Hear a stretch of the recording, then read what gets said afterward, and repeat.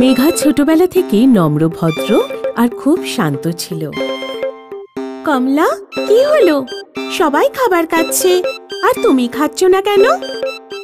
আমার বাড়িতে কাল সবজি আর চাল শেষ হয়ে গেছিল। আজ বিকেলে যখন বাবা বাড়ি আসবে তখন খাবার তৈরি হবে। এই নাও, তুমি আমার টিফিনটা খাও, আমার খিদে নেই। মেঘা যখন বড় হয়ে গেল আর ওর বিয়ে হয়ে গেল, তবুও ওর স্বভাব পাল্টালো না। ও নিজের শ্বশুর বাড়ির আশেপাশে লোকজনকেও সাহায্য করত। একদিন যখন মেঘার শাশুড়ি আর ননদ বাজারে গেছিল, তখন মেঘার বাড়িতে একজন মহিলা এলো। নতুন বৌমা, আমাকে চেনো নাকি চেনো না? তোমার বাড়ির পেছনে যে ঝুপড়ি আছে সেখানেই থাকি আমি। আমি তোমার আর রমণীর পিসি হই। হ্যাঁ পিসিমা, আমি আপনাকে চিনি। মাঝে মাঝে রাস্তা দিয়ে আপনাকে যেতে আসতে দেখেছি। মা, আমার ঘরে আটা শেষ হয়ে গেছে। আমি তো দু একদিন না খেয়েও থাকতে পারবো, কিন্তু আমার বাড়িতে লোকজন এসেছে। তুমি কি কয়েক কিলো আটা দিতে পারবে? পিসিমা, নিজেরই বাড়ি মনে করুন, যত আটা চাই নিয়ে যান। চাইলে সবজিও নিতে পারেন। অনেক অনেক আশীর্বাদ করি মা, সব সময় সুখে থাকো। মেঘার শাশুড়ি মালতী আর ননদ উমা যখন বাড়িতে ফিরল, তখন ওরা দেখলো যে কৌটোতে আটা অনেক কম আছে আর ফ্রিজে কোনো সবজি নেই। বৌমা, আটা সবজি এত কমে গেল কি করে? তুমি খেয়ে ফেলেছো নাকি? না মা, আমাদের বাড়ির পেছনে যে পিসি থাকে, গঙ্গা পিসি, এসেছিলেন। ওনার বাড়িতে আটা আর সবজি শেষ হয়ে গেছে, তাই এখান থেকে নিয়ে গেছে। বেশি উপকারী হয়েও না। তোমার স্বামীর ছোটখাটো প্রাইভেটের চাকরি, এতেই আমাদের পুরো সংসারে খরচা চলে।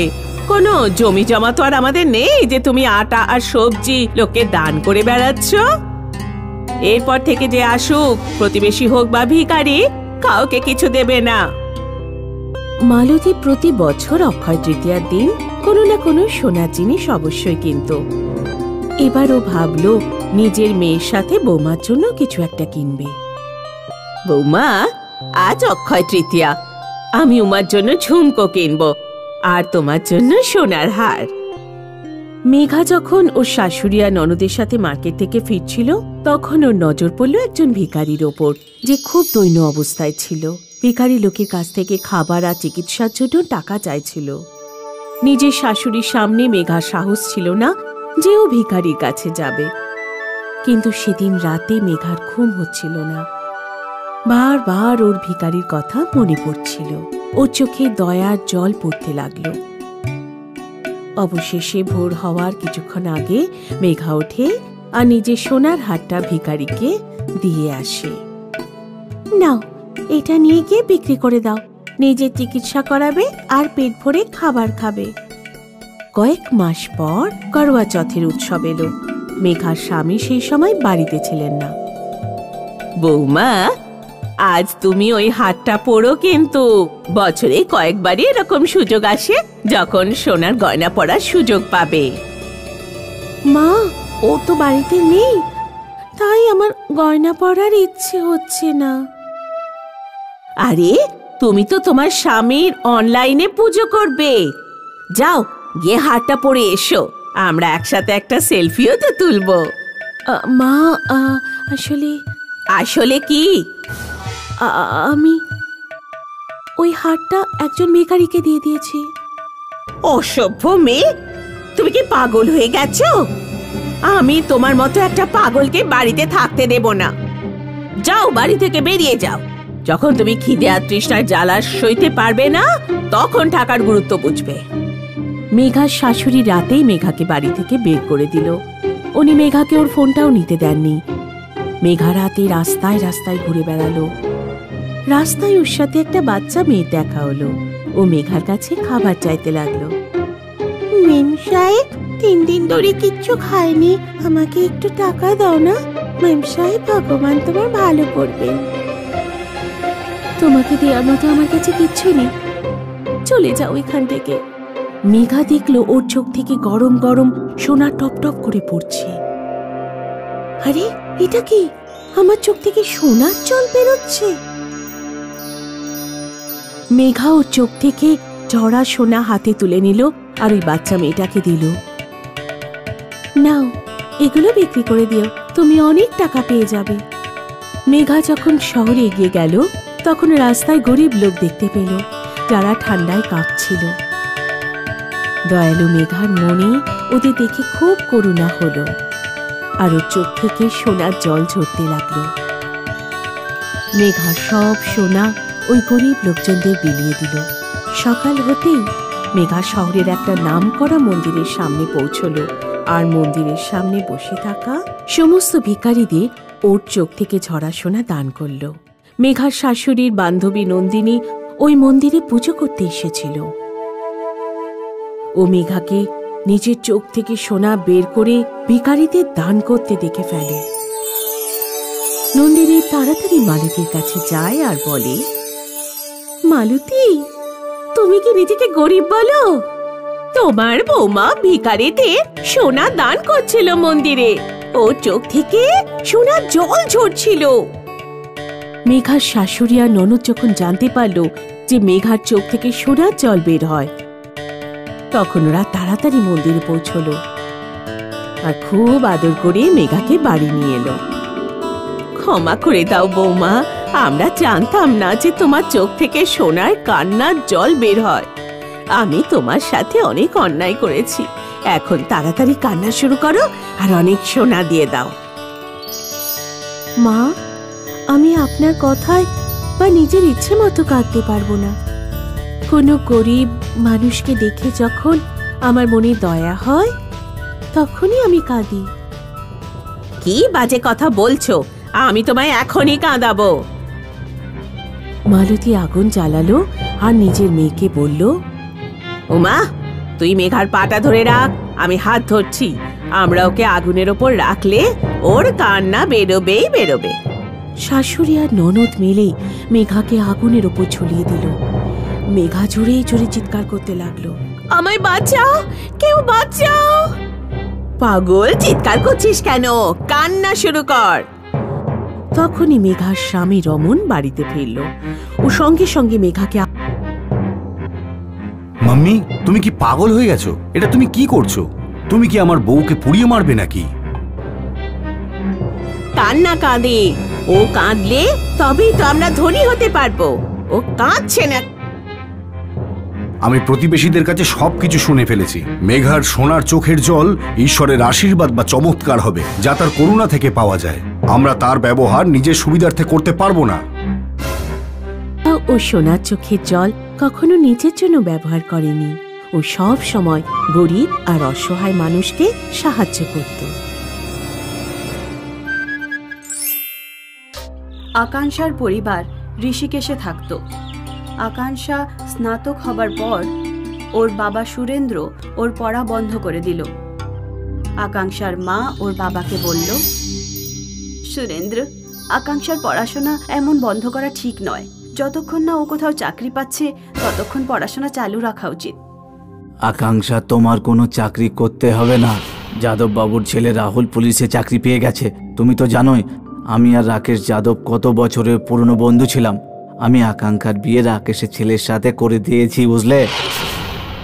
চাকরি ছেলেটা পেয়েছে, ছেলেটার আত্মনির্ভর হয়ে যাওয়াতে আমাদের মেয়ে কি আত্মনির্ভর হয়ে যাবে? ভবিষ্যতের কথা কে বলতে পারে? তুমি কি আজে বাজে কথা বলছো বলো তো? ছেলে সরকারি চাকরি পেয়েছে, যদি আকাঙ্ক্ষার ওর সাথে বিয়ে হয় তাহলে আকাঙ্ক্ষার চাকরি করার কি দরকার? আমি থাকতে তোমার কি কখনো চাকরি করার প্রয়োজন হয়েছে বলো? তোমার এখন কি হয়েছে যে এসব বকছো? সুরেন্দ্র নিজের বউয়ের মুখ বন্ধ করে দিল। আর কিছুদিন পর বিয়ের কথা পাকা করার জন্য যাদব বাবুর বাড়ি গেল।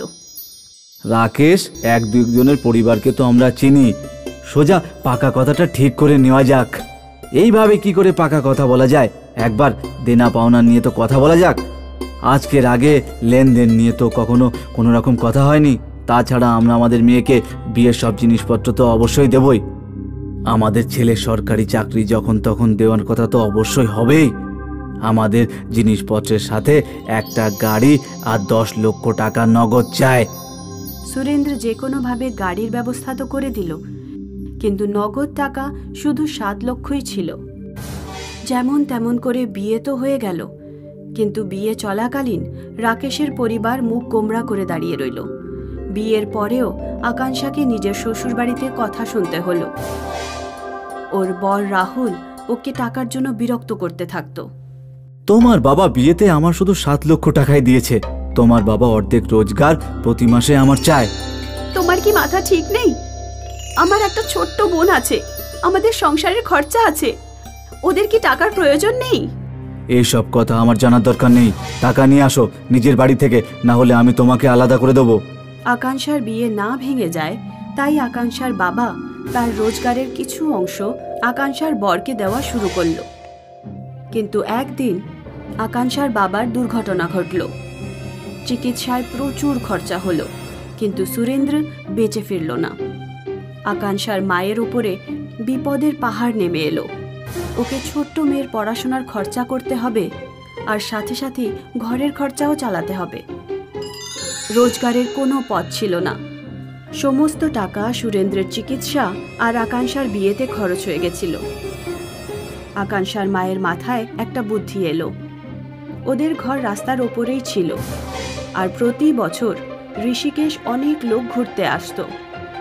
আকাঙ্ক্ষার মা ঘরটাকে একটা রেস্টুরেন্টে বদলে দিল। মা নিজের ছোট্ট মেয়ের সাথে একসাথে একটা রেস্টুরেন্ট চালাতে লাগলো। একদিন আকাঙ্ক্ষা কাঁদতে কাঁদতে নিজের মায়ের কাছে এলো। কি হলো আকাঙ্ক্ষা? শ্বশুর বাড়ির লোকজন তোমাকে আবার জ্বালাতন করছে? মা, রাহুল আমার সাথে বিয়েটা ভেঙে দিয়েছে। বিয়ে হবার আগেই যদি আমি নিজের পায়ে দাঁড়াতাম, তাহলে আজ আমাকে এসব ভোগ করতে হতো না। মা, দেখো মা, যা হয়েছে তা নিয়ে চিন্তা করে দুঃখ পেয়ে কোনো লাভ নেই। রাহুল আর ওর পরিবার তোমার সাথে যা যা করেছে তার ফল ওরা অবশ্যই পাবে। তুমি আমাদের সাথে আমাদের রেস্টুরেন্টে কাজ করো।